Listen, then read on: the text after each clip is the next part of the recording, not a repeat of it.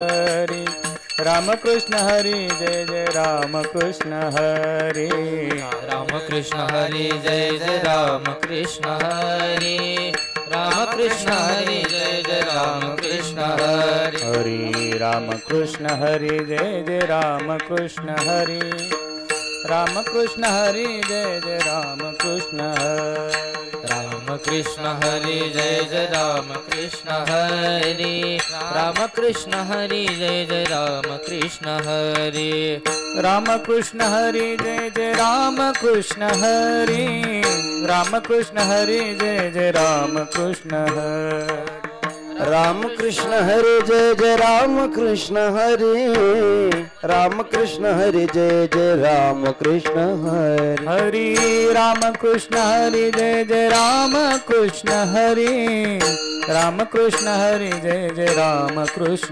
Hari Ram Krishna Hare Jai Jai Ram Krishna Hare Ram Krishna Hare Jai Jai Ram Krishna Hare Ram Krishna Hari Jai Jai Ram Krishna Hari Ram Krishna Hari Jai Jai Ram Krishna Hari Ram Krishna Hare Jai Jai Ram Krishna Hare Ram Krishna Hare Jai Jai Ram Krishna Hare Ram Krishna Hari Jai Jai Ram Krishna Hari Ram Krishna Hari Jai Jai Ram Krishna Hari Ram Krishna Hare Jai Jai Ram Krishna Hare Ram Krishna Hare Jai Jai Ram Krishna Hare Ram Krishna Hari Jai Jai Ram Krishna Hari Ram Krishna Hari Jai Jai Ram Krishna Hari Ram Krishna Hare Jai Jai Ram Krishna Hare Ram Krishna Hare Jai Jai Ram Krishna Hare Ram Krishna Hari Jai Jai Ram Krishna Hari Ram Krishna Hari Jai Jai Ram Krishna Hari Ram Krishna Hare Jai Jai Ram Krishna Hare Ram Krishna Hare Jai Jai Ram Krishna Hare Jai Jai Ram Krishna Hari Ram Krishna Hari Jai Jai Ram Krishna Hari Ram Krishna Hare Jai Jai Ram Krishna Hare Ram Krishna Hare Jai Jai Ram Krishna Hare Ram Krishna Hari Jai Jai Ram Krishna Hari Ram Krishna Hari Jai Jai Ram Krishna Hari Ram Krishna Hare Jai Jai Ram Krishna Hare Ram Krishna Hare Jai Jai Ram Krishna Hare Ram Krishna Hari Jai Jai Ram Krishna Hari Ram Krishna Hari Jai Jai Ram Krishna Hari Ram Krishna Hare Jai Jai Ram Krishna Hare Ram Krishna Hare Jai Jai Ram Krishna Hari Ram Krishna Hari Jai Jai Ram Krishna Hari Ram Krishna Hari Jai Jai Ram Krishna Ram Krishna Hare Jai Jai Ram Krishna Hare Ram Krishna Hare Jai Ram Krishna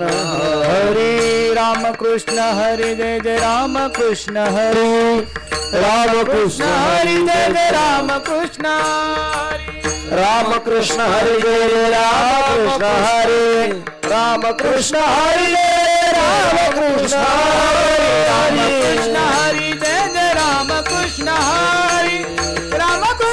Krishna Hari Ram Krishna Hare Ram Krishna Hare